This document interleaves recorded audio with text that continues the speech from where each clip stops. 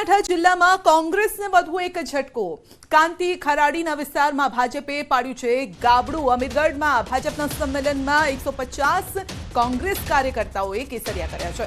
લોકસભાના ઉમેદવાર રેખાબેન ચૌધરીના સંગમ કાર્યક્રમમાં કોંગ્રેસના કાર્યકર્તાઓના કેસરિયા। કપાસિયા અને ખારાના સરપંચ પોતાના સમર્થકો સાથે ભાજપમાં જોડાયા। માલજી દેસાઈ, વનરાજસિંહ ચૌહાણ સહિતના જિલ્લાના આગેવાનોએ કોંગ્રેસનો હાથ છોડ્યો છે।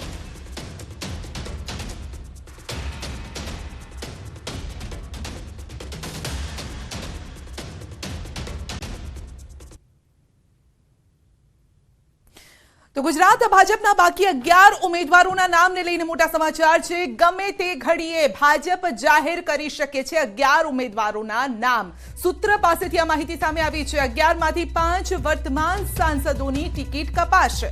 ગઈકાલે મોડી રાત સુધીમાં દિલ્હીમાં ચાલ્યું હતું 11 નામો પર મનોમંથન અને કેન્દ્રીય ચૂંટણી સમિતિની બેઠક ગઈકાલે મોડી રાત સુધી ચાલી હતી। ડોક્ટર મહેન્દ્ર મુંજપરાને રિપીટ કરાઈ શકે છે। સુરેન્દ્રનગરના સાંસદ છે ડોક્ટર મહેન્દ્ર મુંજપરા। સાબરકાંઠા છોટાઉદેપુર બેઠક પર પેચ ફસાયેલો છે। ભાવનગરની બેઠકના નામ પર સૌની નજર છે કે આખરે કોનું નામ જાહેર થઈ છે। તો 11 બેઠકમાંથી 4 થી 5 મહિલાઓને ટિકિટ પણ મળી શકે છે। તો જોવાનું રહેશે કે કોને રિપીટ કરાય છે અને કઈ બેઠકો પર નવા ચહેરાઓ પર દારમદાર રખાય છે।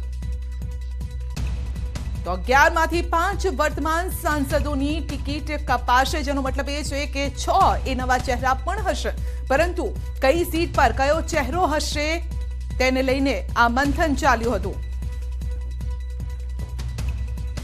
તો આખરે કયા ચહેરા હોઈ શકે છે, કારણ કે જે નામો ચાલી રહી છે જ્ઞાતિના આધારે બેઠકોની ફાળવણી થઈ શકે છે। કઈ રીતે આ જ્ઞાતિના ચોકઠા બેસાડવામાં આવ્યા છે?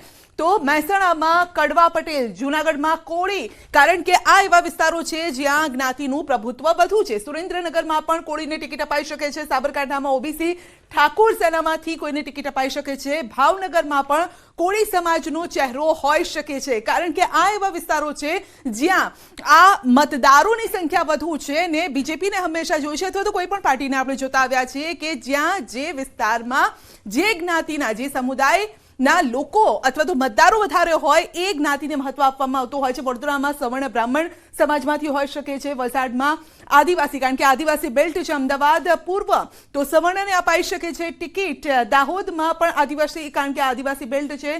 સુરતમાં પણ મૂળ સુરતીને અપાઈ। સોલંકીનો ચૂંટણી લડવાનો ઇનકાર, મને કોંગ્રેસ પક્ષે ઘણું આપ્યું છે। વર્તમાન જવાબદારીને ધ્યાનમાં રાખી ચૂંટણી લડવી નથી। હું પક્ષ માટે અસરદાર ચૂંટણી પ્રચાર કરીશ।